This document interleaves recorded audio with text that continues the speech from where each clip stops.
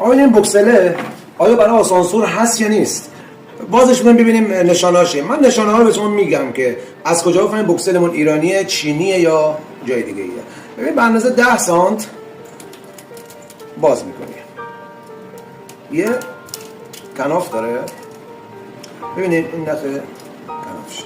حالا این حالا به مرور زمان باعث میشه که بوکسلتون روغنکاری بشه و یه سری مسائل.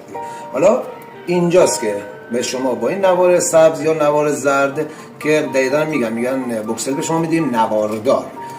ببینید از روی نوار اینجا راحت میتونید بخونین که بوکسلی که براتون اومده از چه مارکی و وارداتیه یا گوستاو ولفی که صحبت کردیم.